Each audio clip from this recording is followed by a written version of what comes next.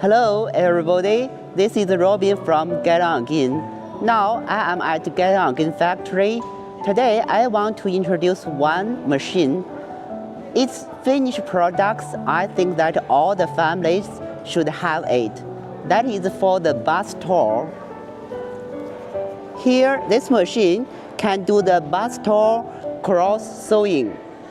This automatic sewing machine is designed for the fixed length cutting, edge folding, and sewing of unfinished and non-elastic bus tours.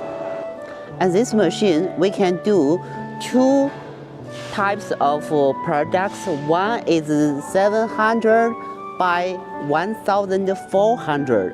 Another is 850 millimeters by 1600. This is automatic fabric alignment devices. This is the rear sweeping tours. This is the pressing device ensure the tours. This is the edge folding mechanism. And this is automatic labeling device. In this machine, we adopt a single needle lock stitch. The sewing speed can reach to 3000 RPM. So the efficiency, we can get 7 to 9 pieces of the tour per minute.